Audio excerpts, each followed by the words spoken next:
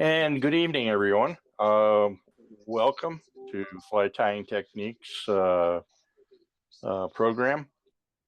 Let's go ahead and get started. Tonight we have a fun one, a real fun one, as far as I'm concerned. I've never personally met Chris. As a matter of fact, I've never seen Chris until this evening, but we've talked on the phone a few times, and I've been looking forward to this. Between all the good stuff I hear about him and just chatting with him on the phone, this is a treat, and I'm really looking forward to his presentation tonight. A little bit about him: he's the owner and founder of the Living Waters Fishing, a fly shop and guide service based out of Round Rock, Texas. He has guided the Texas Hill Country for nearly 2 decades and has fly fished the heart of the Lone Star State for over 25 years. In addition to guiding his home state, Chris has been a licensed fly fishing guide in Texas, Oklahoma, Colorado, and Alaska. He is an FFI certified casting instructor, an Umpqua signature fly designer, Tenkara USA guide, good for you, and a TPWD angler, educator area chief. He is also a pro team member for the Whiting Farms, Scott Fly Rods, Dinah King Vices, and Scientific Anglers. Chris is dedicated to sharing his passion for the sport and investing in the next generation of fly tyers. He is often a featured presenter and fly tyer at fly fishing, outdoor, and community events throughout Texas and beyond. Chris and his shop have also been featured in several outdoor publications, including Trout Magazine, Garden and Gun, and Tenkara Magazine. He was also awarded the 2014 Man of the Year from FFI, Texas Council, and in the same year, Living Waters was the recipient of the FFI's prestigious Lee Wolf Award. Congratulations. Thank you. In addition to fly fishing, Chris is very passionate about fisheries conservation. He co-produced the short film Unspoken to raise awareness for the Rio Grande cutthroat trout conservation. As a result, Living Waters is working with Trout Unlimited as a gold level endorsed TU business to restore the Rio Grande's cutthroat throughout their native range. Chris serves as the current state council chair for Texas Trout Unlimited, and is the conservation chair for the Guadalupe River Trout Unlimited as well. Yeah, I said that right. He's also part of the Texas chapter of the American Fisheries Society and the Rio Grande Cutthroat Conservation. Chris also serves as a member of the current Texas Freewater Fisheries Advisory Committee and the Texas Freshwater Fishing Hall of Fame Nominating Committee. Married happily to his wife, Emily, and together they enjoy fly fishing the world and raising their children in the sport. And with that, we welcome you, Chris. I'm going to spotlight you, and the floor is yours. Thank y'all. Appreciate it. And looks like we got a pretty good crew tonight. And apparently there were 80 people that were really bored and had nothing better to do than to listen to me talk about feathers. So I apologize in advance for everything that I'm about to nerd out about, but hopefully everybody learns something from it. Always love just getting to share, my passion for tying, my passion for the sport with like-minded people. And I tell you what, Rick, I'll be honest, every time somebody reads that bio, it makes me exhausted. I'm like, oh my gosh, I'm like, I probably should do less, I think. I should fish more. I know what you mean. I'm telling you, man, I'm like, goodness gracious. But I'm very blessed to have the job that I have, and there's not a day that I get up that I don't want to go to work, and whether that's fishing on my way to work or whether it's actually being at the fly shop, and we host all kinds of educational events up here, and I started the shop. It's funny, a lot of people ask the backstory of the store, and I actually left college to start a fly shop. And so when I say stay in school, kids, I mean it, because it's hard. So there's a better way, but nonetheless, the thing that's been really awesome about it is started the shop in my young 20s from scratch, and it was really kind of a unique time where you could actually do that. It would be so hard now. I mean, the way that this shop started would be impossible now. It was just the right time, the right place, a lot of things that, by the grace of God, really aligned. And the thing that's really neat about what we get to do now is I wanted to be the fly shop I didn't have growing up here. And so as a result, we do a lot for conservation, a lot for education, a lot for the community. For those of you who hopped on, one of our local fly fishing clubs, the San Gabriel Fly Fishers, they meet at the Georgetown Parks and Rec office building, or one of the rec buildings up in Georgetown near San Gabriel Park. And we've actually got snow on the ground down here right now in Texas, which is a weird thing. I actually duck hunted in the snow this morning, which it was cold, it turns out. Snow is still cold. I'd forgotten that. But nonetheless, the San Gabriel Club, they closed the rec meeting, and so now, or the rec hall, so they're actually downstairs in the shop right now. So I'm upstairs in the office doing this meeting, and then there's a fly club, one of the FFI clubs meeting downstairs. So kind of a multi-purpose building here to serve the community, and we love getting to be a part of it. So tonight I want to talk about pretty much everything that's behind me in the terms of feathers. We're going to talk about Whiting Farms specifically. And it's not that there's not other great feathers out there. I'm not saying that.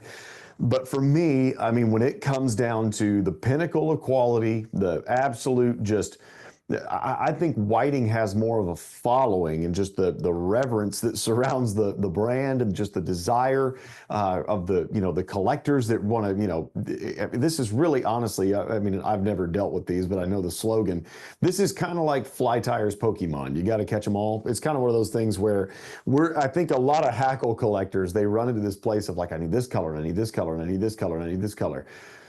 That's probably not true. You don't need that color, but you want that color. And so I'm not here to tell you what you want. I'm not here to tell you what you need, but I am going to tell you that you could probably do it with a heck of a lot fewer feathers than what I'm doing it with. So all that being said, we're going to launch into a little bit of the history of the farm. We'll talk about that. And if anybody's got any questions, and Rick, you can help me moderate that a little bit. I've got the chat open over here and I can see it. So if I'm glancing over here, I'll check that. I've got screens all around me and stuff like that. I've even got a designated hackle camera for y'all so y'all can see it up nice and close. So we went high tech tonight for this, but we'll kind of start off with the history of Whiting Farms. And I think they still to this day produce the finest fly tying feather in the industry. And I say that having tied with just about everything else out there. And I've tied with some classic stuff. I've tied with some modern stuff. I collect a little bit of both, and I'm quite taken with just the lineage of Whiting and what happened there. So the farm started in the late 80s, and for those of you that don't know where they're located in Delta, Colorado. So kind of that western side of Colorado over there, not too far from like Grand Junction, Montrose, that part of the world. Delta's kind of right in between that. Really, really cool operation. So they have a lower farm that's kind of headquarters and all that sort of stuff, and then they've since expanded to where now they have two different stocks, and it also helps isolate the birds in case of any sort of avian flu or any sort of pathogen outbreak or anything like that, where part of the flock will always be reserved and that genetics saved. But the farm started in the late 80s, actually was a repurposed mink farm. So fur coats were on the out, and it looked like hackle was on the end. So that's how it all got started, and they utilized that same facility. Really an incredible place. I've been to the farm multiple times and have a lot of good friends up there, and I really appreciate people like Phil Trim, who takes really good care of our store. And that, man, I love having relationships with people in this industry. It really is what makes what makes my job even more pleasurable from a fly shop ownership perspective. I actually enjoy the fly fishing industry, and I to the point where the industry is nothing without people, and it takes people that are visionaries. It takes people that know how to communicate and educate and all that sort of good stuff. And Dr. Tom Whiting, who is obviously credited with the genetic breakthrough for all of what we currently enjoy in saddles that have lengths that just borderline on the absurd. I mean, that's ridiculous. We couldn't have imagined feathers like that just a couple of decades back. So I mean, this is a platinum grade saddle. I mean, and that thing's just insane. And they get even longer than this. I've seen them where we get hackle feathers in the high 20s as far as inch length. It's just unbelievable. But as far as what he has done for fly tying, in fact, I thanked him once. The first time I ever met him, I thanked him, and he goes, "Yep, that pretty much sounds like it. Fly tyers love me, and chickens hate me." So that was kind of the side of it. Is that he is a poultry geneticist of the finest order, and what he did is took genetic lines such as Hoffman, and he took Darby stock, and he also has stuff from Ted Hebert. There was a lot of different lines that were merged, and Andy Miner. There were a lot of genetic lines that were merged to make what they currently have on the farm. A lot of people don't know this. There's about 100 different breeds of chicken on Whiting Farms property. And of those 100 breeds, they only produce and sell about a dozen, give or take. So you're looking, and I like generalities because nobody can hold my feet to the fire on it. So, but the whole point being is they have about a dozen or so. So you've got your Whiting line, you've got your Hebert Minor, your American, the ones that we're used to. Some of your Euro saddles and stuff like that are still there. The Euro lines there, CDL, Brahma. A lot of those things are all part of that, dozen or so lines that make it to the consumer. However, getting those lines and actually getting those to where you can purchase them, it is all based on a live product, and it's about a year roughly from when that egg hatches to when that thing's back in a package. And so it's really, I mean, the growing time, it's a 32-week harvest for an American bird. Like for instance, the American lineage. If you're looking at like a dry fly harvest in like a Hebert or a Heritage or a Whiting line, that's a 42-week harvest. So you're looking at literally as close to a year of total time elapsed from hatch to harvest, and then you have processing on the other end of that. So, I mean, it's roughly, when they know that they're out of something, it's not like you can just go get more of the raw product. You better hope you've bred the raw product and that it's already in production. So hackle is a hard game. You have to stay at least a year ahead of it for it to make sense. And I would not wish that job on anybody, but I will say that Whiting has done a really good job of being able to at least get some of that product into the market to where if you want it and you hunt it hard enough, the chances are you'll probably find it at least in time. If it's not immediately available, it will be in the not too distant future. In terms of how many birds are on the farm, that's a question that, I think everybody that has ever been to the farm asks, and everybody wants to know about just the operation itself. They run about 60 to 80,000 birds on the farm at a time, which is a lot of birds. That's more chickens than I want to be responsible for. I think we've got like 9 egg-laying quail in my backyard that my HOA doesn't know about. They said no poultry. So they're pets, they're small. Anyway, and they have great fly tying feathers, mind you. So anyway, 9 birds is enough to take care of for me, but they've got 80,000. That's a few. The breeding operation, the actual growing operation, the way that these birds are raised, absolutely incredible from step one to step last. And even people are wondering, like, when you say harvest a bird, how is that done? It's actually done incredibly humanely because if you stress the chicken at any point during that harvest period, it actually can cause damage to the hackles themselves and to the pelt. So it has to be, very benign, very, very humane and pretty passive in its approach, just because you're having to actually preserve your raw product, which is the pelts that come off of those chickens. So when you look at that, it's something that's very, very important to them, is not just the actual growing of the bird, but even how the bird is dispatched and processed is absolutely imperative to the quality of the raw product that you see in a package. The other thing that's kind of funny is hackles come with their own set of problems. In fact, I don't remember who, it might have been Rick that was mentioning it earlier. I was talking about, used to like a certain brand, but don't really like the newer version of it because the quills or the rachis on the feathers are so thick and they're hard to tie with, and it's just really difficult to deal with.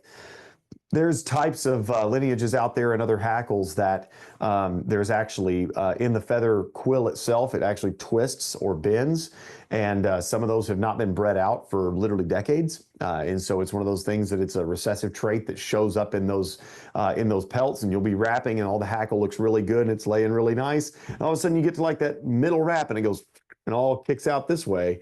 You're like, I didn't do anything different. And I mean, but everything was good. My base was good. Everything was good. I've just got feather kicking this way. It's because there's actually a kink or a twist in the actual quill itself.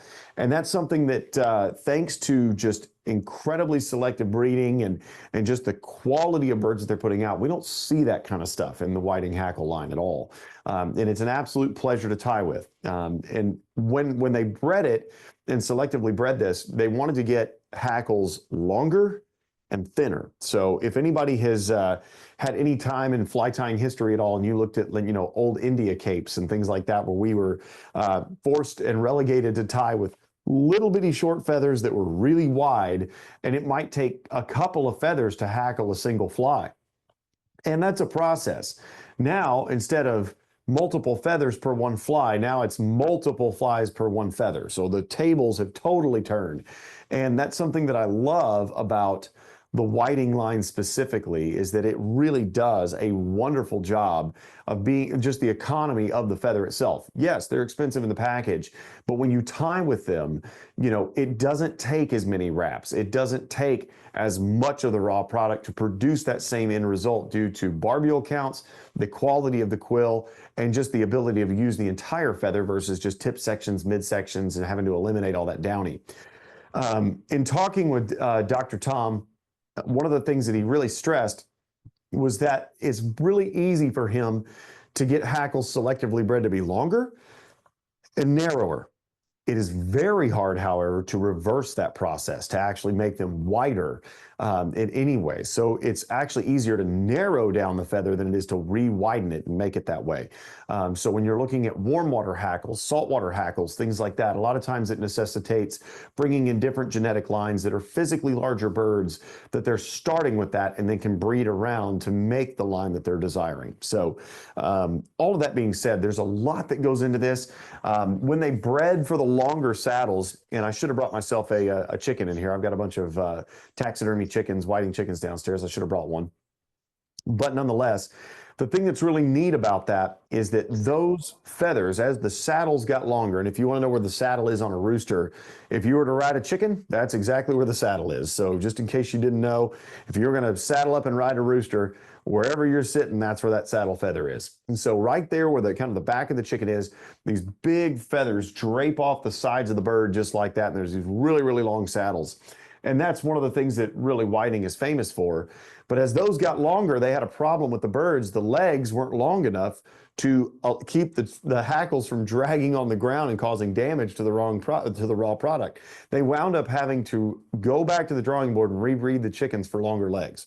So, because chicken stilts just aren't a thing. So, you know, you're looking at the things that they had to do to make that possible and to get the products that we see today. It's more involved than I'll ever know. And I think Dr. Tom's probably forgotten more about it than most of us will ever know, even with a lifetime of research. So that being said, I have all the way around me pretty much, I won't say all, but I've got a really good smattering of Whiting products, and we're going to talk about what they do, how to use them, how to utilize them, and if anybody's got any questions, instead of popping the mic off mute because it'll be hard to hear everybody, drop those in the chat, and I'll get to those, and I'd love to answer those as best as I can. And I'm going to just kind of go through some of the grading system. We're going to talk about you know, how they do that. We'll talk about some of the stuff as far as colors, and we're going to go through different genetic lines, and we'll keep it pretty short and sweet because I don't want to bore you to death. I do want to honor everybody's time, but at the same time, if anybody does have questions, I would love to answer any that I can. So to start off, we're going to talk about the grading system. So let's kind of move over here. You'll notice on this pelt specifically, you can see that this is a Whiting Platinum.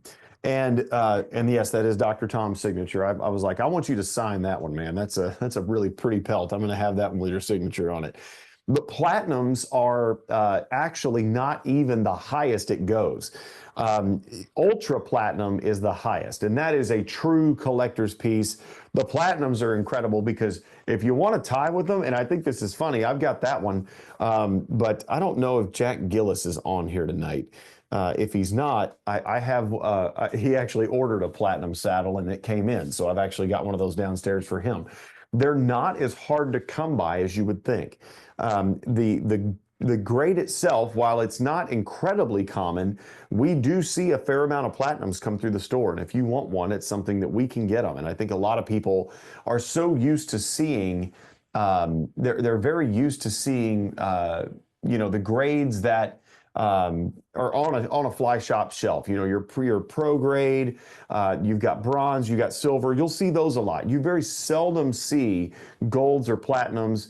You just don't see those very much. So to have something of this quality where you get that incredible feather length, the quality itself, the cosmetics on the feather are incredible. The elasticity in the quills are there. Everything's there. The length of the feather, the density of the feather in terms of feather quantity, no broken tips, things of that sort. So when you come down here and look at the tips on these feathers, and I can kind of shake this guy back out, but you'll see, real clean tips. They just look amazing and narrow down to a very, very fine size.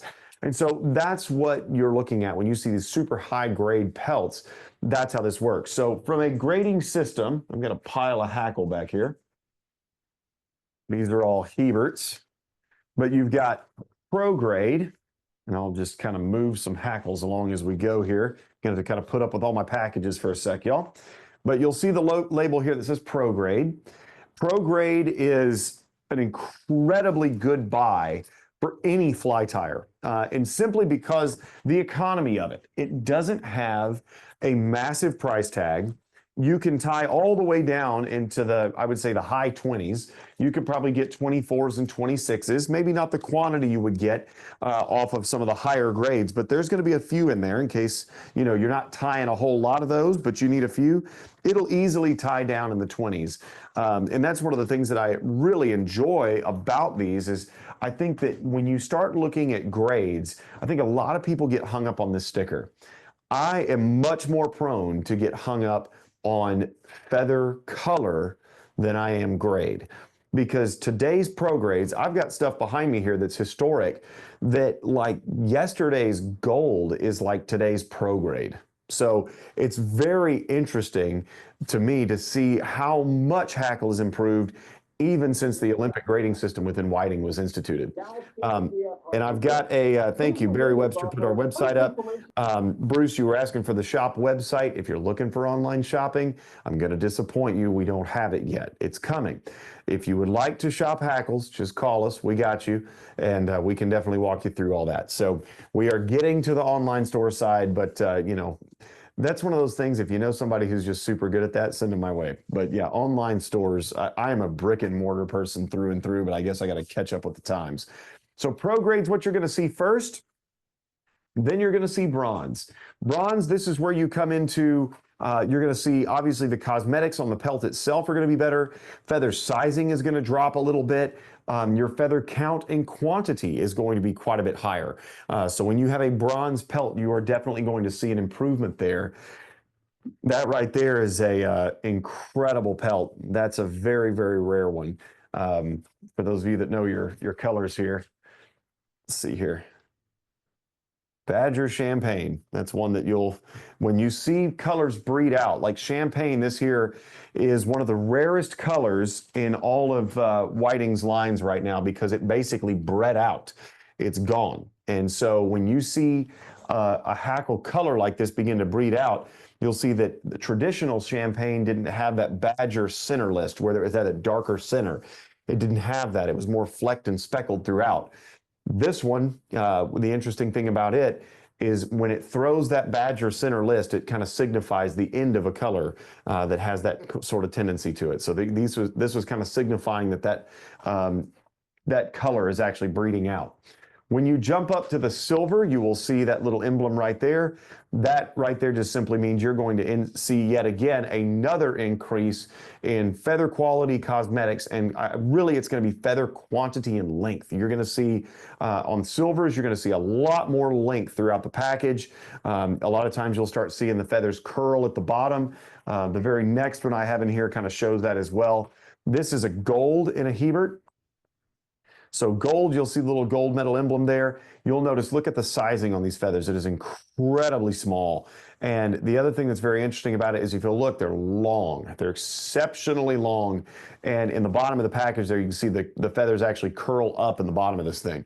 So from a package standpoint, you've got not just the length of the cape itself, it curls back around and again, just signifying how good of a pelt this is. It is unbelievable the quality that you can get. And these, while, I mean, they're going to run you over $100 for a gold one, but the amount of flies you can tie out of this just based on feather quality, the length and the quantity, that's what you're after. So really when you see it, the main things they're grading for, length and quantity of feathers, then it comes into the cosmetic value of broken tips and all that sort of good stuff. And then lastly, in an actual cape here, I do have a platinum in a Hebert cape. And you'll notice again, this is a huge pelt. This is a very, very big pelt itself. And if you'll notice in the bottom of it, you can see how the feathers do curl around in the bottom here. I'll see if I can get that a little bit more on frame there. So if you look at the actual pelt itself, plenty of curl in the bottom of it, a physically large bird. And this is one of those that you could use it as a collector's piece. I tend to like tying with stuff. If I'm buying hackle, I want to use it. It's not doing me a whole lot of good except just to look at it if it's on the shelf. But I love tying with this stuff. And let's see, Mark, I've got what is the best way to store hackle? Are you concerned with bugs getting into it if you just hang it up? So for me, I leave all mine in the bags. And just to show you how they package this, I'll just pull one of these out. I leave all mine in the bags for this very reason. For one, extra defense against bugs, because you're not going to have any in the bag. You're never going to get a whiting product that has bugs in it, just based on how they cure it, how they take care of it, and the whole 9 yards. But it does have this desiccant patch on the back side. So, this little desiccant patch helps keep this the skin on the back side of the pelt, helps it retain enough natural oil, but not so much that it leaches into the cardboard. So you have to, when a desiccant pouch gets old, you can actually replace that and actually keep that natural oil in the pelt. That's very important. You don't want to over dry these. I see a lot of people where these are crispy when they get old because they're not stored well. And so for me, I keep them in the package with the desiccant patch, just exactly how they come off the shelf at the fly shop. And that's important to me because, obviously, if you're going to pay good money for great feathers, then make sure they stay that way.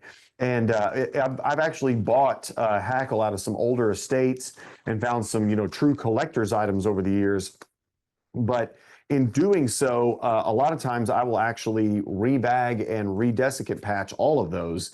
And if I have the original packaging from Whiting, I'll actually repack them completely. And Phil occasionally will generate me a new label just so I have it labeled and I start fresh with that pelt and just kind of revitalize that. If you choose not to use that desiccant pouch, then what I would recommend doing, pull the hackle off and store them skin to skin. That way the oils pass back and forth. Let's see. Is the curling in the package an issue? No, that's not a problem at all. You're going to be wrapping that around a hook. That is not an issue. It doesn't weaken the feather in any way. You're going to be curling that. Those feathers are they have a lot of elasticity, a lot of flexibility. They don't get stiff in the package. And so you're good. How long can you store hackle? Haven't found out. I haven't lived that long. I've got pelts that way outdate me that were, because it started. They probably don't outdate me because all the stuff from Whiting would have been late 80s. Some of the original Hoffman lines would have been right there in that mid to late 80s time frame. So one of those things when you look at that was a while ago. We're looking that's late 80s. So let's just say 1990 is when we saw a lot of these Hebert minor things start showing up on the scene. Start doing the math. we're looking at 30 years ago, 35 years ago, and they're still doing great. I've got some original Heberts behind me.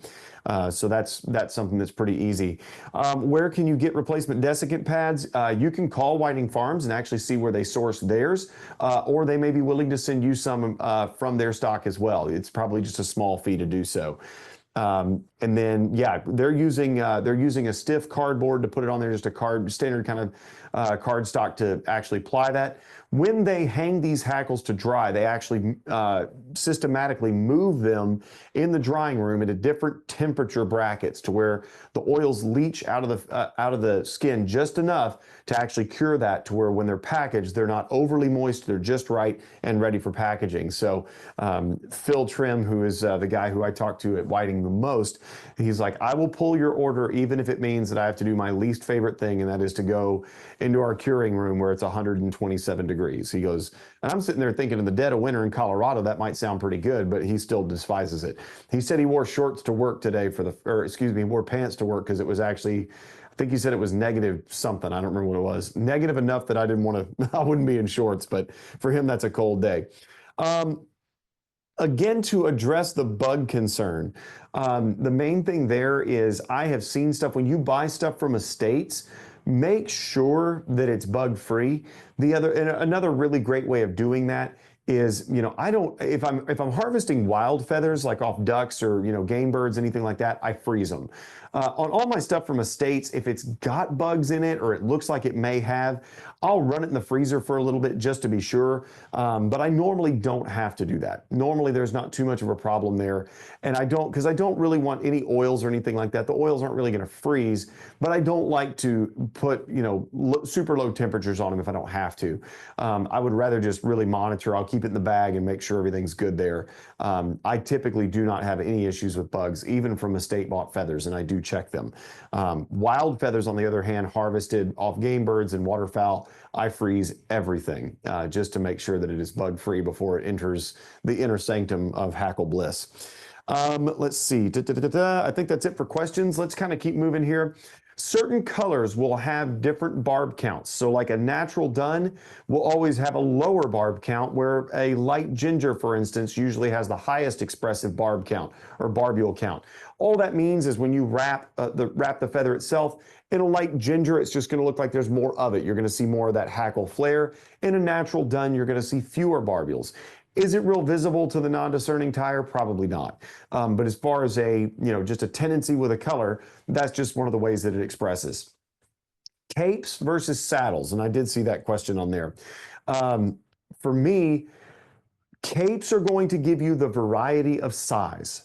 Saddles are going to give you fewer sizes, but longer lengths. And so, for instance, a cape, the feather will typically be shorter, but there's going to be a much wider size bracket. I mean, in a single cape, you can tie from, 24, 26, 28, somewhere there on the low end on a high grade cape, all the way up to probably a 12, maybe even 10s. I've seen some that'll go as high as 8s, but that's a really big spread on any form of single product. I mean, you're looking at a single cape that you can get that sort of breadth at the bench. That's really, in my mind, the economy behind it. A lot of people like tying with saddles. For one, they're really flexible. For two, the rachis is going to bend a little bit easier and not be quite as stiff. I think that saddles are definitely going to be more pliable from a feather perspective. They're also very orderly, and the feathers itself, when you flare it, doesn't have a whole lot of natural curvature to it. Capes will typically have, the feathers will cone ever so slightly. Saddles, they sit really, really straight. You'll see, if you're trolling the internet, you'll see flies that are tied with every single hackle wrap. It looks just like they're in perfect succession. It looks like files in a file cabinet, just straight down. That is accomplished by stripping off one side of a saddle and wrapping it to where the fibers never interlock or cross themselves. And if you strip that single side, yeah, your flies will look like that too. It's actually very, very simple to accomplish. If you see the perfect orderly hackles, that's how to make that happen, is just strip the one side of the saddle and wrap it, and you've got this masterpiece, showcase looking fly. Very impressive. Hey, Al, or Chris? Yeah, what you got? Al raised his hand. Yeah, what you got? Oh. You need to unmute, Al. It's sorry. I bumped a key accidentally. Oh, I didn't have a question. So far, everything you're saying, Chris, is just spot on. I love it. Al used to work for Whiting. I love it. I'm about to say insider knowledge right there. So it's good to see you on here, Al. Thanks for being a part of it, sir. One of the things that that I would mention as well is when you see saddles, I think a lot of people are a lot less afraid to tie with them just simply because of the length. Cape feathers, especially in smaller sizes, can be a little, even though they're longer than what they've been in history, they still intimidate a lot of people that when you're doing fine work, having a lot of that extra room and knowing that you've got something that's very flexible, very pliable, it's an enjoyable feather to tie with.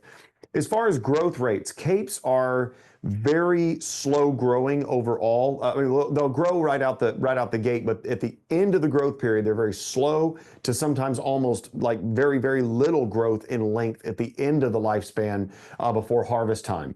Saddles, they just keep growing, and that's one of the reasons they get so stinking long is they just don't have the off switch. And so capes, and it's interesting because if you talk to Whiting Farms or if you're ever up there, it's very rare to have a bird that has a really high grade saddle and a really high grade cape. For instance, like a gold cape and a platinum saddle. Typically, it's going to be one or the other is going to be very, very high grade, or that or somewhere in the middle. But to see some that are just these almost prodigious specimens, those are the ones that they actually launch right back into the breeding program a lot of times, and you'll see that really be a major player when it comes to producing the next progeny that's going to be sold to market about a year later. In Whiting's products, let's just go through what's available in the Whiting line. You were on here earlier. There was mention of bugger packs, where if you're tying woolly buggers, these are an absolute incredible value.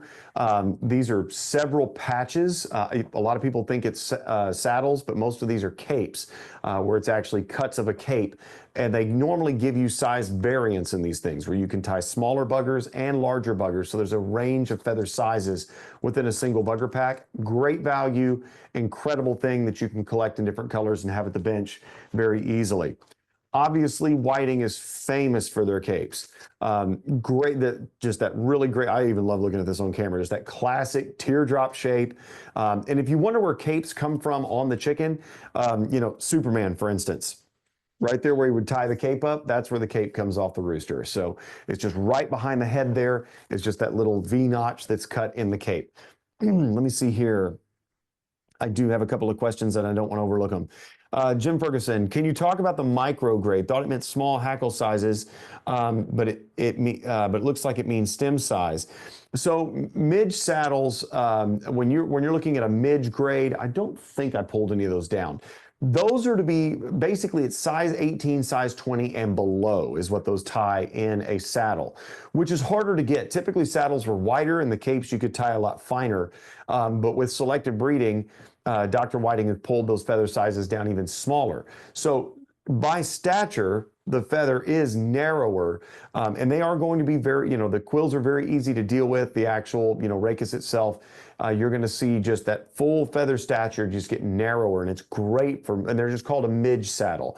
If you ever need that, they're just amazing to tie with, tying like Griffith's gnats and things like that. Just does an amazing job for that sort of feather. That's what it's made for, is any sort of intricate, fine, small work, and it does a great job. Let's see. Have I seen the article Super Grade Hackle Legend? Let's see. I have not. I probably saw the article, but full confession, in 2018, there was a lot going on, so I probably didn't see that. I've heard of that article. I will confess, I don't do as much reading now as I used to because it turns out I don't have nearly as much downtime as I used to. I'm going to get back to reading, I swear, but I've got a whole bookshelf of books, and I value the written word and I use them for reference all the time. But man, I wish I could sit down with a good book and just read it cover to cover nowadays. What do you hackle? What hackle do you use when you tie Tenkara flies? So if you're doing a dry fly, you can use just standard dry fly hackle, but most traditional Tenkara flies were actually wet flies. The only real difference is that they were tied with the hackle coned in reverse. So we're basically, by American or Western standards, or even classical standards, the hackle would actually be wrapped backwards. And I have it on good authority that Dutch Boffman loves tying them. If y'all are ever looking for just an absolute expert, excuse me, there my hackle decided to hit a button there.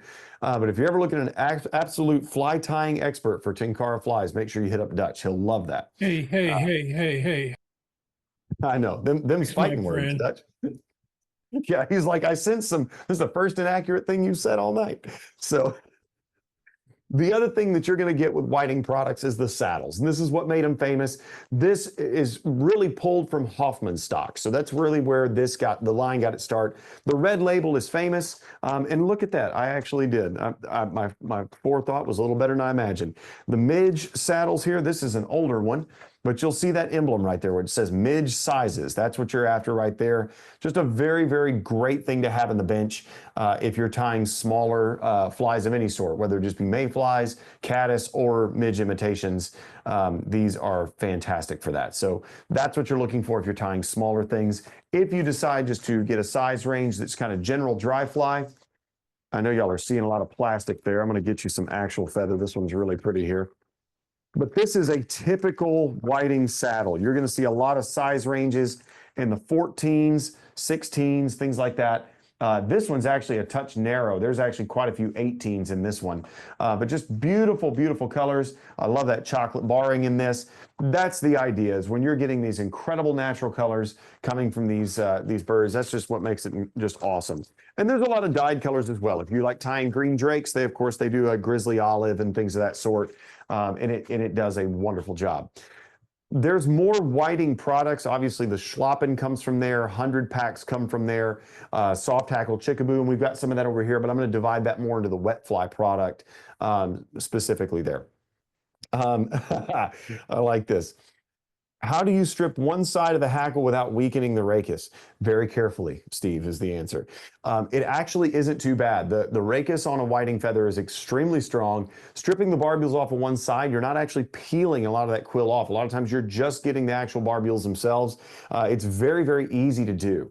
And with a little bit of practice, I don't think you're gonna have any issues whatsoever. And the quills or the rachis themselves are very resilient. And so it can take a little bit of tension, and they are even slightly elastic, allowing them to wrap around a hook on fine diameter, not split or break. If you've ever worked with peacock herl, you know what a pain that is. When you split a quill, it is a bad day. Quill bodies, a lot of people soak them in water before they wrap them. A lot of the Whiting feathers, I've experimented with some of the Schlappens. I've done even some prototype feathers that never made it to market, unfortunately. If this ever makes it to Tom Whiting's ears, I want the Y-line. That's all I want. So I don't think it's ever going to happen, but I want it. But nonetheless, I've been able to actually strip those quills bare and do a quill body without ever having problems splitting, just because the elasticity and the pliability on the feather is so good in the raw without any sort of added moisture to the feather whatsoever. How's the Euro Hackle saddle production, please? I can still get them. Now, fun fact, we got what, 89 people on here? Y'all don't go shout this from the rooftops. Production's there. There's not a ton of them, but I can still get them. And the thing is they're not on an order form. So if you ever ask a fly shop to order them, that's ordering it off of an Excel spreadsheet that Whiting sells, or excuse me, that hands out to the shops for them to order, the product is not listed on there. It's actually an off menu item now. So if you want those, it is a special order product, but it's not hard to get. I actually just had one shipped to the store the other day for a gentleman. So we can get them. It just depends. Colors can be a little tough at times, but they do still have some production in the works. Euro saddles are available depending on what color you're needing. So good questions. Appreciate it. Y'all keep those coming. I can just keep looking over at the chat box. It's great. What I want to mention now is the Hebert line. And the Hebert line, I'm going to go through this. I've got Whiting hens over here, but I'm going to go through Heberts as a hen and rooster all at one time. And I'm not going to show all these on the little camera.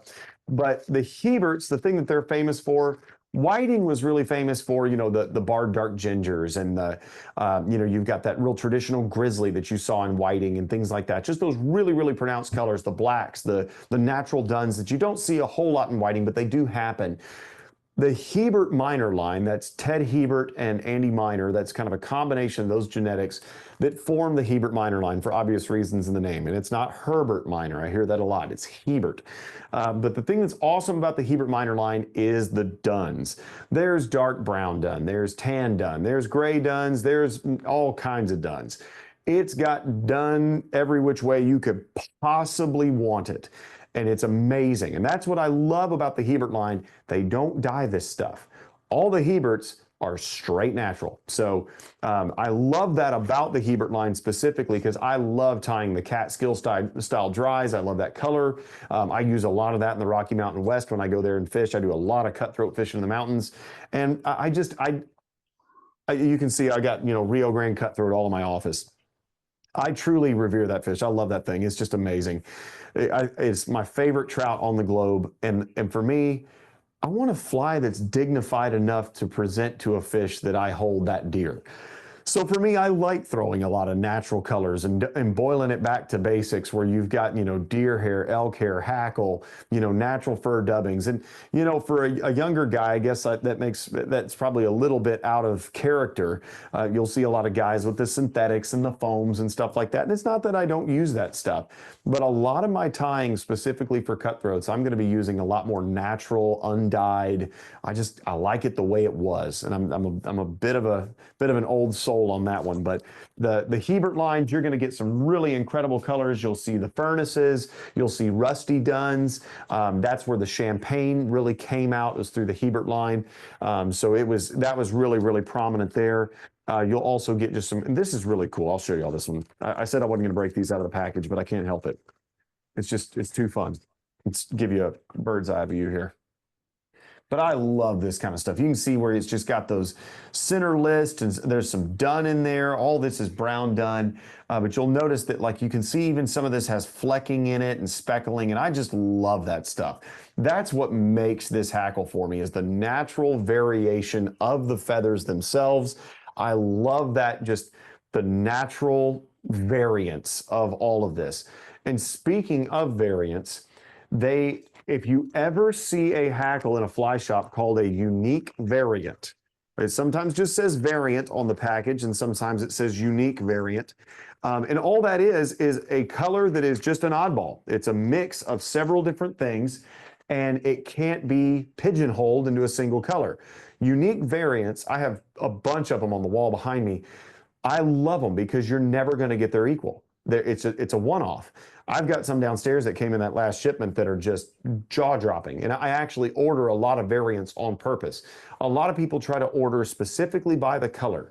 Well, when you order by the color, it will largely be graded to that color, and that's where it lives. And that's great if that's what you're looking for. For me, I kind of like the variety is the spice of life type thing.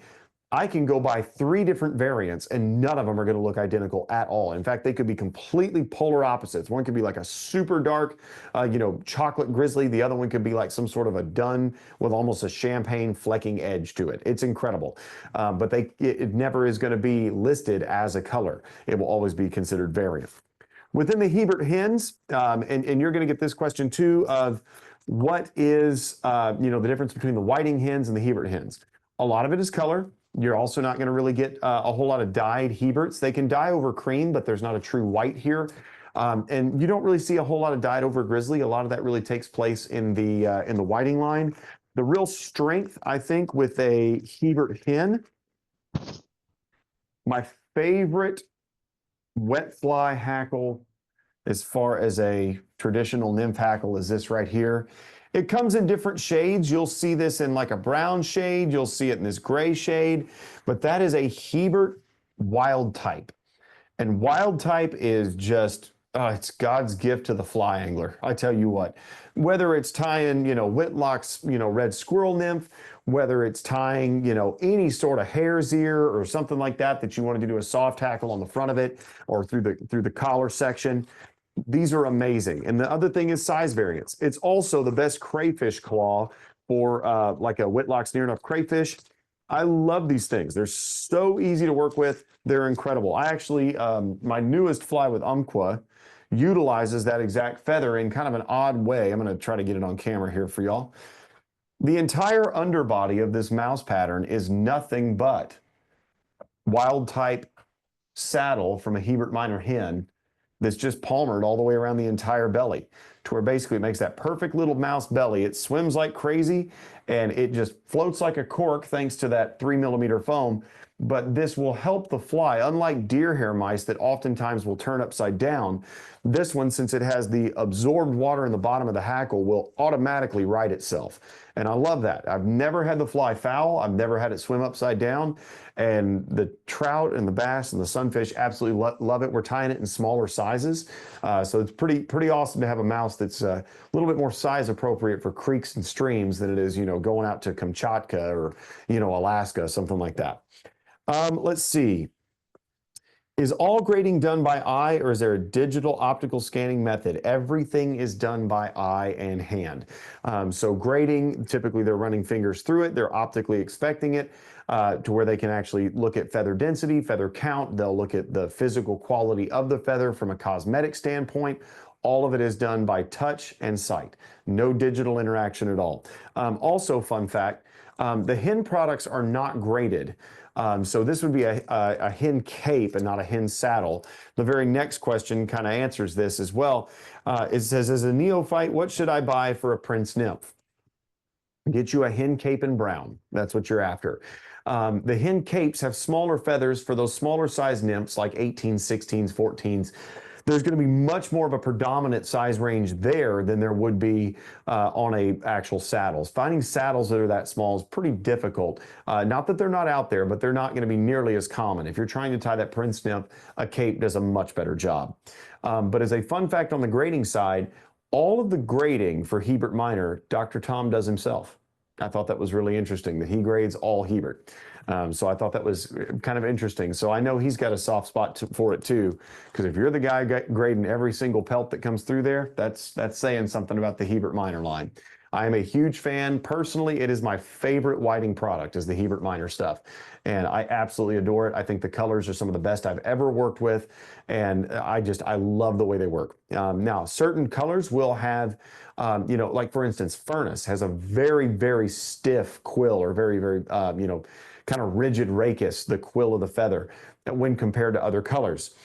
Some colors are going to have that just as a genetic trait, others will not. So be aware that as you tie with certain ones, those traits may differ a little bit. Excuse me there. One of the things I'll mention too, moving on, I think the very next thing I would talk about is really the heritage line. The heritage line, there are fewer than talk to Phil about this. It's less than a half dozen shops that are carrying this with any amount of seriousness. And we were one of the original 2, I think, to begin carrying this in the US. One of the original 2 or 3. I don't remember which one we fell in. The heritage line doesn't really come, they grade it, and the fact that if you look at this, it's so funny. On the backs of these, it's a $70 cape. And it says Heritage Hackle Cape, all colors mixed. That's it. There's no grade 1, 2, 3. There's no grade gold, silver, bronze. It's just a heritage cape. Some of these are fantastic. And when I say fantastic, I'm talking like bronze and silver grade pelts that you're getting for $70. And they're not upcharging for crazy colors like Cree because it's not listed as a Cree. Does the heritage throw a Cree? Why, yes. Yes, it does. And so the heritage Cree, it comes in a whole lot of different variations, but it comes in that classic, just beautiful. I'll show you this. It's just so pretty. But that right there, you can't ask for any more than that. It's absolutely beautiful. Where does the heritage line come from? So obviously we've talked about whiting comes from Hoffman primarily. You had Hebert Minor, that was a mix. Where did heritage come from? And that's a really good question. And the thing that's pretty cool about it is currently throwing some of the colors that have been bred out in Hebert. So we actually do see some hackles that, while they will never actually have the label on them, we are seeing some that resemble champagne. So if you are looking for a champagne-esque hackle, the heritage line is probably where you're going to find it. those kind of ginger champagne, champagne dun, that sort of thing. Those aren't really official whiting colors, but they do express themselves in the heritage line. Also, and Rick, I do have this on hold for you. You're good. I got you. So, but the whole deal being the actual saddles, they will grade these a little bit, but it's still assorted and mixed with no upcharge on Creed, which is awesome. Another thing that's funny about that is they're like, where did the heritage line come from? It came from right here. This is the introductory hackle pack, and this is what's called the Red X line, is the line of roosters that's roosters and hens that are bred to create the combo hackle pack. Now, it's a very, very prolific line, very resilient, and the combo hackle pack typically comes, I get mine mixed a little bit differently, but it typically comes with a grizzly, a brown, a dun, and a black. I get mine sorted a little bit differently because I really like having like a grizzly dun or, even a Cree or, something like a bar ginger. I like having more of that in here as well in that assortment. And so we get them made several different ways. So no two of these are ever the same. And I've got different color variations even in store. This line had never been selectively bred. They basically got the line where they wanted it to create this, which is a little bit larger feather, which is better for beginners that are tying more that 12 to 14 size range. This is a great value. I mean, it's 85 bucks for 4 half capes, and I've got a decent pile of them downstairs that still have Cree in them. You could spend that much for a half cape of Cree, and you'll spend much more than that online if you're trying to eBay something. So just be aware that like these are incredible values. They'd never been selectively bred. So they took the Red X line, selectively bred it, and that became the heritage line, where it expressed a lot more of those colors that had gone by the wayside in Hebert Minor and even were just infrequent in that line. And you're seeing some of that start to come forth and really be there. We're not seeing huge harvests on the heritage right now, but we are seeing, I mean, the saddles are breathtaking. I've got several down there that I was like, these are amazing, and they don't cost a fraction of what they should when you look at what you're getting as far as quality, color, and grade. John is asking, how can we order capes from you? It is a phone call away or an email away. It's very easy. I don't have an online store currently, but that can be remedied. Just call us, let us know what you want. I can walk you through it. Obviously, I'm in the store quite a bit of time. So just call, ask for me, and I'll walk you through the lineup. And then Mike, why is Golden Badger so rare to find these days? Capes used to come in Badger. Only place I can find decent for streamer wings, nymphs, dry flies is India. Interestingly enough, that's kind of changing a little bit. Golden Badger itself, you can find it very regularly in the dry fly products. So for anything like that, dry flies with Golden Badger, you just name it. I'll get you one. I can get you one of those. I've got plenty on the shelf. That's actually pretty easy to come by. Badger feathers that have a golden tint that are large, that's where it becomes pretty tough. Just simply because we've taken, just same thing I was telling you earlier, where whiting has made the feathers narrower and longer. There's not a whole lot of feathers that are expressing that larger Golden Badger. However, getting a silver badger in that is not hard to do. Like, for instance, if you were tying like a spruce fly or something like that, having that real cool badger feather on top always looks really good. Those are actually pretty easy to get, and we'll talk about the line there, but those have been made available through the freshwater streamer capes, and those are amazing. So that's the way I would pursue that, is if you're looking for a badger that's not overly large and doesn't have a super stiff quill like an American, I would do it in the freshwater streamer capes. And for you saltwater guys out there, best seducer hackle I've ever worked with in my life. So just fun fact. But the Red X line is where we get the heritage line from. Moving on, pardon my rolling here, we're going to have to reach for a few things. Within the whiting line as well, you'll also find their schlappen. It's fun to say and fun to tie with. So just whiting schlappen, you can get it bundled in selected sizes, or you can get it in the bulk packs, where this is basically going to be, 6 inches, or, it's basically going to be less than 6 inches. But this is really good because it's a full 1/4 ounce of this stuff. If you're tying game changers, this is a great way to buy this stuff, because you can literally get in there and hand select all your different feathers by size, sort those, put them in Ziploc bags, and just keep them, relegated to certain shank sizes. and tie that all out of one bag. And this stuff is cheap. A whole bag of this is 15 bucks. And so there are just feathers for days in here. You like more than you'll ever go through in a while. This, on the other hand, is $15 per bundle, but this is what you would typically use if you're doing more orderly tying that necessitates a longer feather. And it also is really great for muskie and pike flies where you need that very long undulating tail. You can literally just tie this whole mess on a hook and you get a fly. So that works out very well. Still the best deal running in all of feathers in fly tying, and that's these variety packs. These, I used to sell these because before I opened a fly shop, I actually worked at another big box store that was in town. They've since closed, but I used to work for Sportsman's Warehouse. They sold these in 2004 for $10. And here we are over 20 years later, they've gone up $6. $16 for an entire variety pack. If you look at inflation these days, that ain't bad. So I'm like, if you look at natural products and how hard they are to get, still a smoking deal. And these make great popper tails, great soft hackles.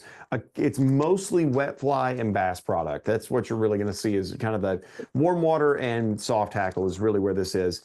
Great buys for anybody doing poppers or anything like that, or wanting to do like instead of doing a fully hackled bugger, there are some bugger hackles in there as well, but you can also just do a front collar on one and kind of shorten the shank. Works very, very well for that. So other products that are available through there. The next thing that we'll talk about is a heartbreaker, only because they're hard to get. So Brahma hen. Brahma hen is famous, and this one's actually in a natural badger. So let's pull this. This is really where I think the popular product is. This is a Brahma hen saddle. You can see this right here, just that really lovely speckling. They're hard to get right now. Their Brahma flock actually took a pretty major hit recently. So getting a hold of these is tough. And so the thing that I would mention about this is that it'll be coming back online as they kind of get the line restored. But it took a pretty major hit and just didn't do too well for whatever reason. Again, we're dealing with, live animals that have, ebbs and flows within production. But this right here, one of the things I would mention about this is a very great Hungarian partridge substitute.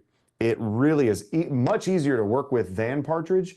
And the downy as well, if you're trying to get something that's a little bit more full. I love this. I love tying with a little bit of the downy and with the speckling. It does a great job on a lot of your nymph patterns and even traditional wet flies. If you wanted to do like a partridge in orange, yes, I know it's not the original materials, but if you don't have any, or if you're just getting started, this is a really great way to have a substitute that doesn't cost as much as Hungarian partridge. Brahma hens, the thing that's interesting about Brahma is they have a couple other products that come with. You can do the soft hackle chickaboo, where there's actually a full chickaboo patch back here, and the soft hackle is on the bottom side here.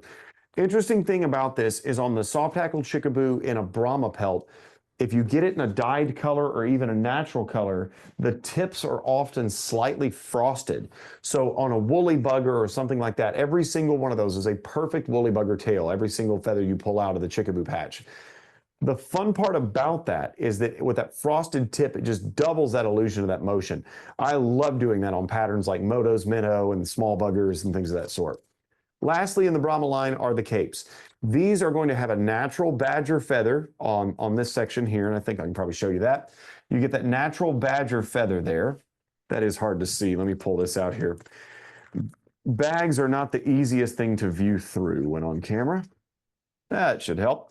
Natural badger feather there, and they also keep the spade hackles attached, which are these little corners down here that give you this lovely, lovely speckling that you would get in a traditional saddle. So it's kind of a bang for the buck here. You get a lot of smaller sizes up here in this section. You can get all the way down in the 20s in this little stuff. It's great.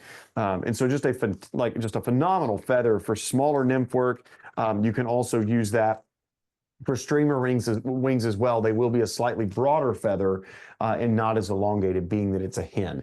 Roosters, they're typically going to have a long, narrow feather, and then hens are going to be those short, stubby, rounded feathers.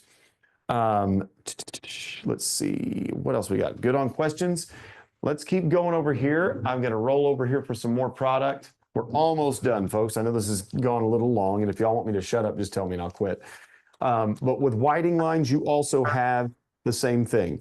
You have the neck, or the cape in this case, the saddle, and the soft hackle chickaboo. So typical of hen products, you're a lot of times going to get that right there. So when you see in a whiting line, the only difference is this. The actual soft hackle chickaboo on the whiting red label is actually from the rooster, fun fact. So that's kind of an interesting thing too, that you'll get those from there. The hen products are going to be the cape and saddle sets here. I like these because a whiting natural brown in these is still a very, very wonderful color for crawfish claws. I love using this for hopper wings. And what I mean by that, I'll pull this one out just so you can see it. If you're tying a hopper wing or a tent caddis wing, something like that, it doesn't get a whole lot better than, you know, color arrays like that. It's just beautiful. So the whiting hen saddles in that natural brown, you can see that this is a variant, but the variants and the natural brown both throw this. You will see this in both. So that's one of the things that if you're ever looking for those, make sure that you are, you know, kind of paying attention to that red label, because that natural brown really looks good, as does the variants that you see come through the line. What is the difference between a Hebert hen and a whiting hen? So red label versus green label. Whiting birds are physically smaller, and their feathers are going to be much more elongated and typically narrower.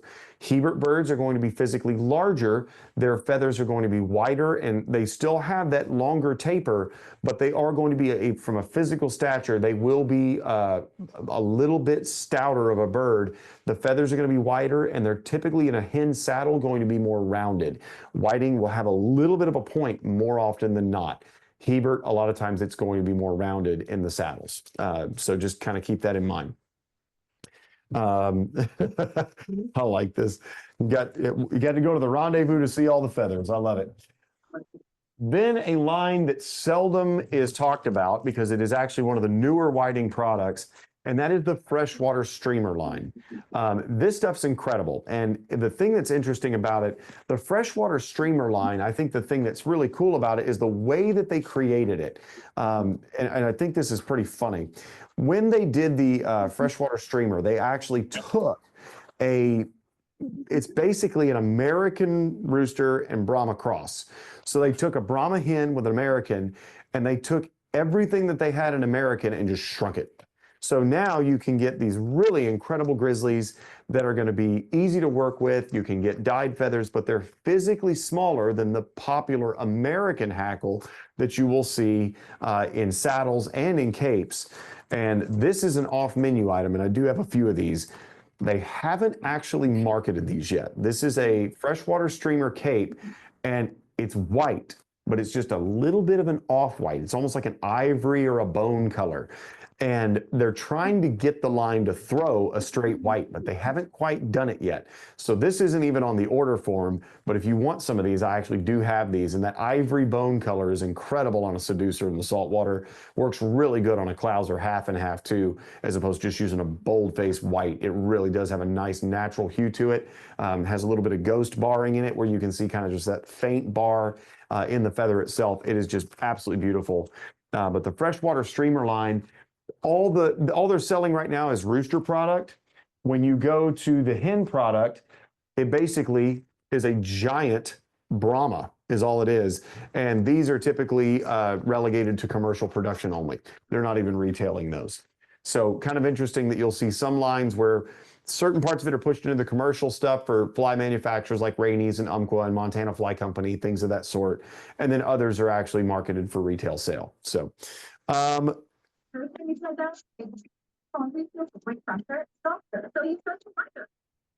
couldn't tell if that was a question or not, but I do have, Dutch said, is the CDL Schlappen a test, or is it normally produced? And the answer is it is actually now normally produced. So we can move to that. Let's go, let's do this here. This is a pretty big pile of stuff. Sorry for being out of frame. So there's a lot of Coq de Leon product, and Coq de Leon is actually catching on pretty pretty rapidly in the market thanks to the surge of Euro tying for Euro nymphs What's and that? things like that. So a lot of Uh, that European tying method, whether it be for larger dry fly hackles, whether it be for spun hackles and that are mixed with hair, you're seeing a lot of that. Depending on who you follow over there, you'll see a lot of that influence in that tying. The Coq de Leon feather is renowned for dry fly tails. Makes a great replacement for the synthetic, synthetic mayfly tails and the microfibbits or whatever they're called.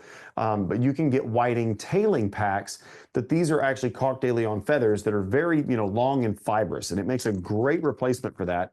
I've got one here in a brown. I can show you the kind of general composition here. Let me frame that up there.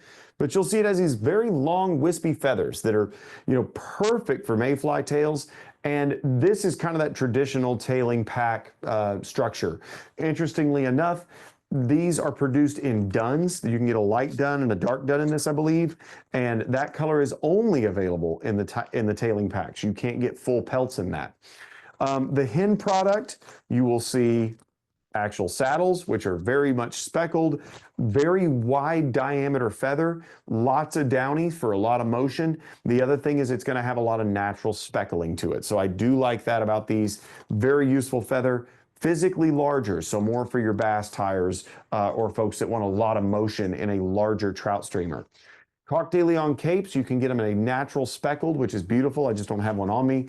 Or you can also get these in straight white, which is kind of interesting because in the smaller sections of this cape up here, you can use them as upright wings for mayflies. Has that perfect little rounded tip to it. They're beautiful. And finding a true winger cape these days is getting harder to do. I like these because these are actually more of a translucent feather than a traditional, whiting or Hebert hen. The feather itself is slightly more fibrous than that, with the barbules being a little bit more translucent just because of their spacing. Very fun thing to have on the tying bench. Soft hackle chickaboo, same stuff. The only difference here is the actual chickaboo on this is speckled, and that is just so darn cool. So here you can see that's the actual chickaboo section, and it's got all that flecking and speckling to it. And then when you get to the soft hackles, just absolutely breathtaking. They're lovely. I think these things are absolutely incredible, and they come in all sorts of dyed colors. So just a great, great feather that is a multi-purpose feather, does an incredible job in multiple arenas. Great for, since the feather diameters in the soft hackle are large, great for steelhead tying, bass tying, any sort of larger trout or warm water scenario. It's great for that. In the more traditional product, you can get the saddles, the CDL saddles, where they are dyed, and they're called these Predator packs. So if you are looking, you'll see this little funky emblem. This says Predator pack on there. Typically, it's a half and half of two dyed colors. And those are fantastic. For the feathers are long enough, you can utilize them for muskie and pike and all that. I've tied hair bugs and used the saddles as a tail. I love spinning hair. I'm a huge fan of it. And the thing that I love about that is that with Coq de Leon, the rachis is so thin and so small in a saddle that if you strip the bug, the traditional kind of thought is that you splay hair bug feathers out. As you strip them, they clap together, and then at rest, they fan back out. By using saddles on the back, it's more of this motion where it's more of a paddle or almost like a wave in the back. And if you're using a diving hair bug, for instance, which I fish a lot of times on sinking line, it's a godsend. I mean, I've literally watched bass just follow it, kill the retrieve, and they just suck it right up. And, especially when they're being selective, that is really nice to have an ace in the hole, that the entire difference was made only by the material itself, because we were fishing other hair bugs and not getting eats.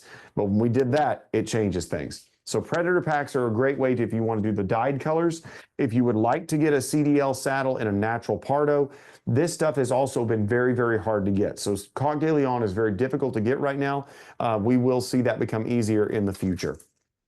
So that's something I would mention there. The natural capes, the capes themselves, they were traditionally, all their genetics came out of the Leon district of Spain.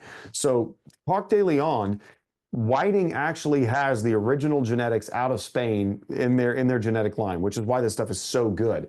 Interestingly enough, they created Grizzly Pardo, which is Pardo is a natural flecking that you will see in a Coq de Leon feather, for which it is famous. I can show you that because this is, I believe, is this a medium or a dark? This is a dark Pardo. Let's get this guy out of here. That speckling right there is what Coq de Leon is known for. This is called a Pardo feather. And so there's light Pardo, where it's kind of more of a light ginger to a tannish color, medium that's kind of right in between, and dark, which has this real brassy gray tone that is just absolutely lovely. So just be aware that this is just an incredible product, and it does an amazing job when you're tying any sort of nymph tails, dry fly tails, things of that sort. But I also like actually using it behind a hair bug as well. The capes, when they crossed it with a Hebert grizzly, they actually made grizzly Pardo, which some people probably frown upon that because it's not really inherent in the original genetic line, but it looks awesome, and you can get it dyed as well. Another wonderful saltwater and freshwater feather. And then what Dutch was asking about is this stuff right here. This is one of the newer products to Whiting's lineup, and I have a little bit I can throw on the camera here. This is CDL Schlappen. CDL Schlappen is hotter than fire, if I'm going to just look at a really good way to describe it. I love this stuff. It does such a good job of being easy to palmer, very webby, still has the Pardo accents in the very tip of the feather, but then has that natural sheen through the lower portion of the feather. I love this stuff. Easy to work with, larger diameter, perfect streamer feather, and can also be used for tailing flies as well. Not dry flies, of course, but this would be more for streamers or anything like that. Hair bugs, again, this would be an amazing product for that. And then our last little pile of stuff, and that will conclude our night together, and I'll take some questions following, is the American line. American hen, you're going to get your capes and saddles. Obviously, you'll see a lot of dyed over white. You'll see some black laced white, things of that sort, just very unique colors. Black laced white looks like this, where you see that real black edged feather with the white center. If they get this dyed, the white center takes on whatever color they dye it in. So that's just a really, really great thing. And this is something that we'll see a lot of the roosters. You will see the capes and the saddles. The saddle shape here, a great bass bug tail. And then in the capes themselves, they will be more rounded a lot of times. I see these, they still have a wedge shape, but I see the rooster saddles are actually webby. They're not a real fibrous saddle like you would see in like a dry fly saddle in whiting. This is going to be something they actually do have quite a bit of web to them, which causes them to move really good. And it also keeps that real constant look of a warm water fly. The capes, I do love these. There's all kinds of usages. I tie these on a lot of my bass bugs as well. The thing I like about them is their rigidity. They do a great job of being durable. It's a very robust feather, really great for saltwater and bass and big game applications. So that is all of the line that is currently produced through Whiting Farms. And I don't think we had a whole lot of off menu in there, but I will mention one more thing. I forgot these little buggers right here. This is a line that, if you're familiar with kind of the history of Whiting Farms, they also had what was called a spay line. So the spay hackle was a very fibrous, just incredible feather. It's actually hair-like in its appearance. I'll show you the actual structure of the feather itself here. But it's very hair-like and really is phenomenal stuff. Only problem with this is, while it is an incredible product, and I love this stuff, it just does such a great job, the only problem is you just can't get it anymore. The line is struggling. It hasn't done very well. A lot of the remnant bits and pieces of the spay product that was left at the farm has been sold to a European distributor, and it was just kind of a hodgepodge of stuff. It wasn't like constant colors or anything like that. But the roosters, they obviously had a cape and a saddle. And then the hens and the roosters both produce a material called bird fur. Bird fur is that type of material there, that real fibrous, hairy-like material. Mini bird fur came off the hens, bird fur came off the roosters. But there's one material that I have come into recent acquisition on, and I adore this. This is probably what I use most out of the entire spay line, and that is the soft hackle chickaboo. The soft hackle chickaboo, I can show you here. is just this incredible, fluffy, rich, marabou-like feather. But when you come down into the soft hackle, that's where you pick up this webby, hair-like feather again, and it is just absolutely amazing. This stuff has gone the way of the dodo. They're having a really hard time breeding these birds. And that's also made this very hard to get. And I used to order this by the dozens upon dozens upon dozens. I got a call, I think it was week before last. Phil says, hey, we haven't been harvesting lately, and I found a box. And in that box is one of your favorite things. And it had a bunch of this in grizzly. We have 3 custom dyed colors available at the shop, and I don't have a whole lot of them. I probably have about a dozen and a half of each color in grizzly dyed golden brown, which is the best crawfish marabou I've ever used. I have it in a grizzly olive, and I have it in a grizzly March brown, which is really cool, like olive tinted tan. It's really, really good looking color. So kind of olive brown and tan all got together and, you know, made this color. It's just beautiful. But I do have those. I use that material all the time in my personal tying and collect that in every color I can find it. But with that, that is a little bit of off menu stuff. That's everything that they currently produce about usages and feathers and things like that. If anybody has any other questions, I would love to answer. I know I've probably kept y'all busy for a little over an hour now. I know this is lengthy, but I would love to answer anybody's questions that you may have or different usages for certain feathers, anything like that. I'm happy to do that while we're kind of concluding here.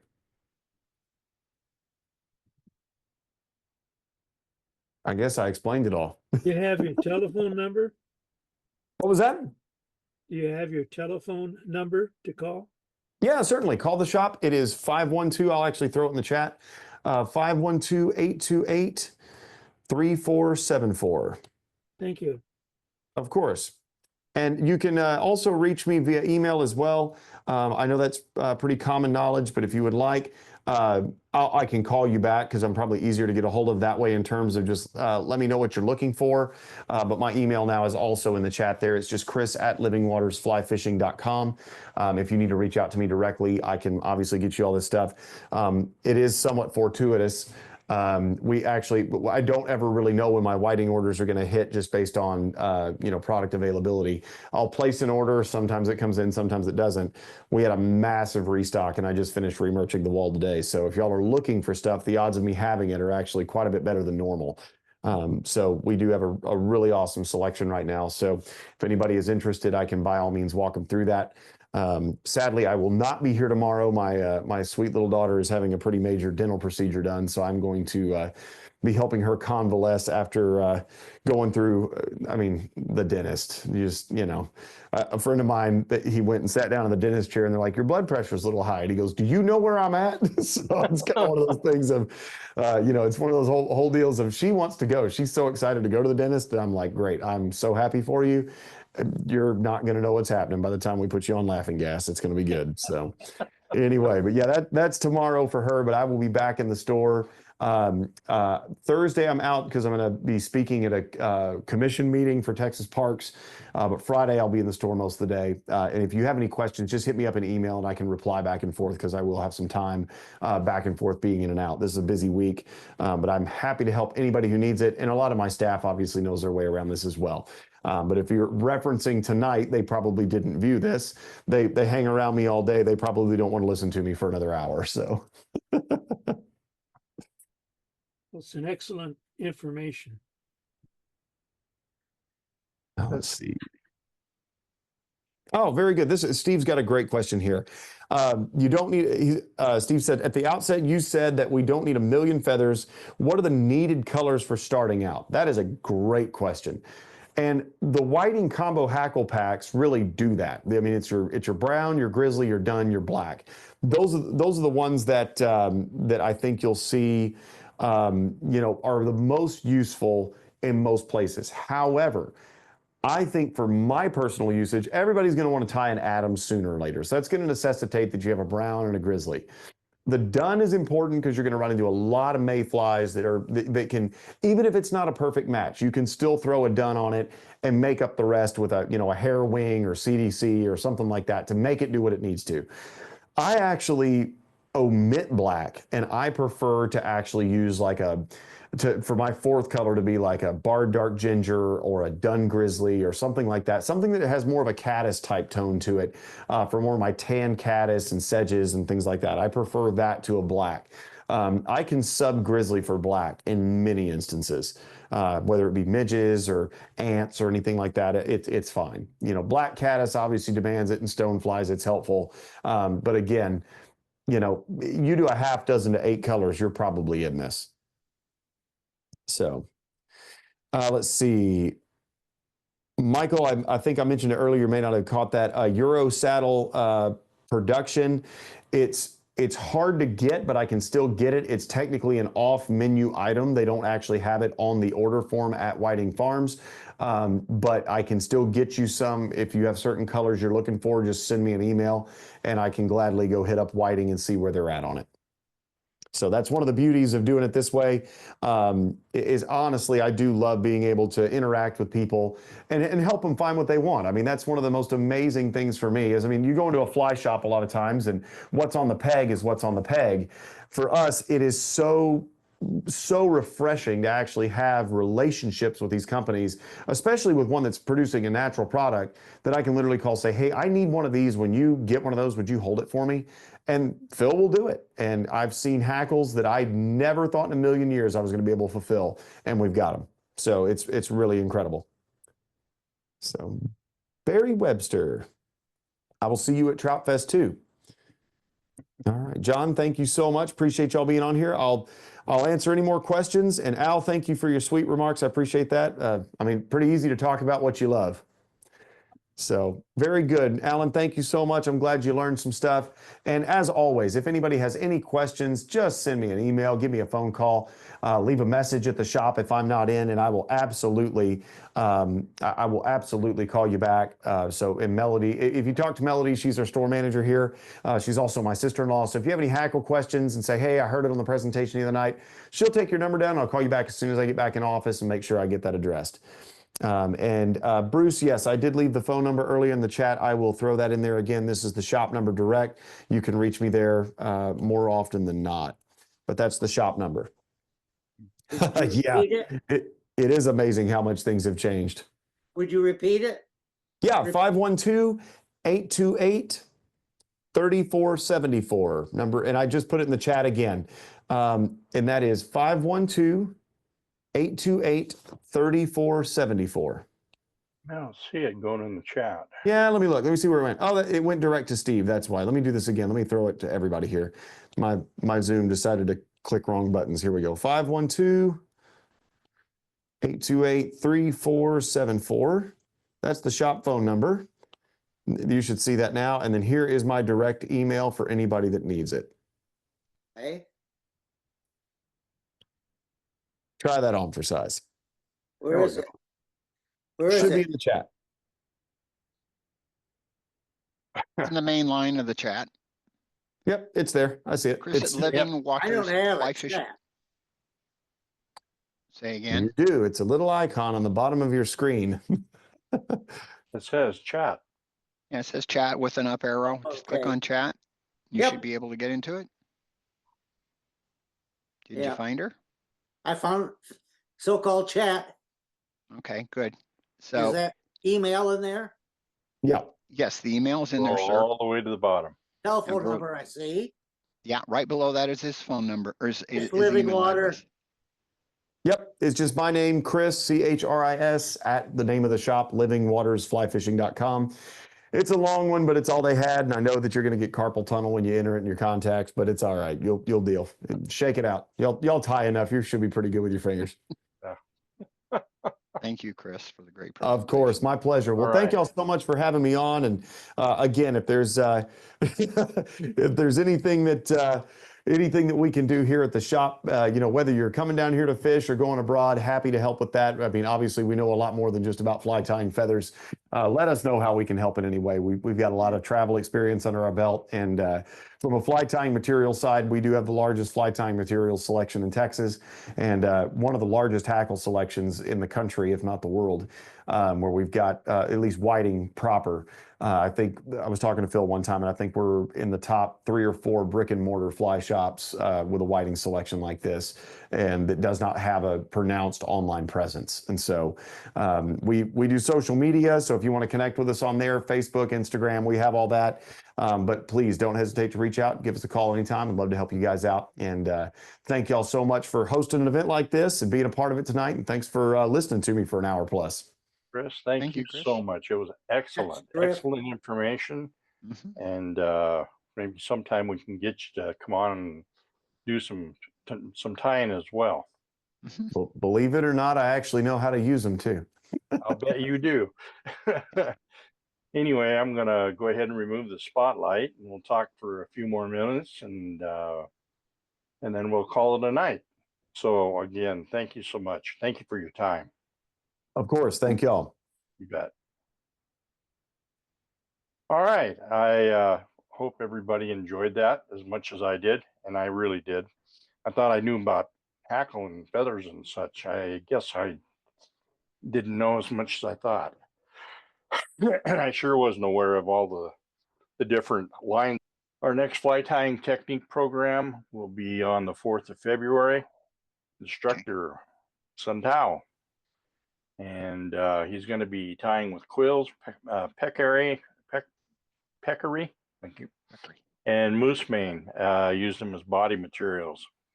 So I've seen a couple of flies that he's done with some of those materials, and they are unbelievable. They're awesome. So it'll be great to have Sun with us again this year, and I hope you all enjoy that. And with that, any further questions or comments that you'd like to make? If not, I'll bid you all a good night, and I thank you very much for your participation. And we'll see you down the road. Tight lines. Thank you all. Take care.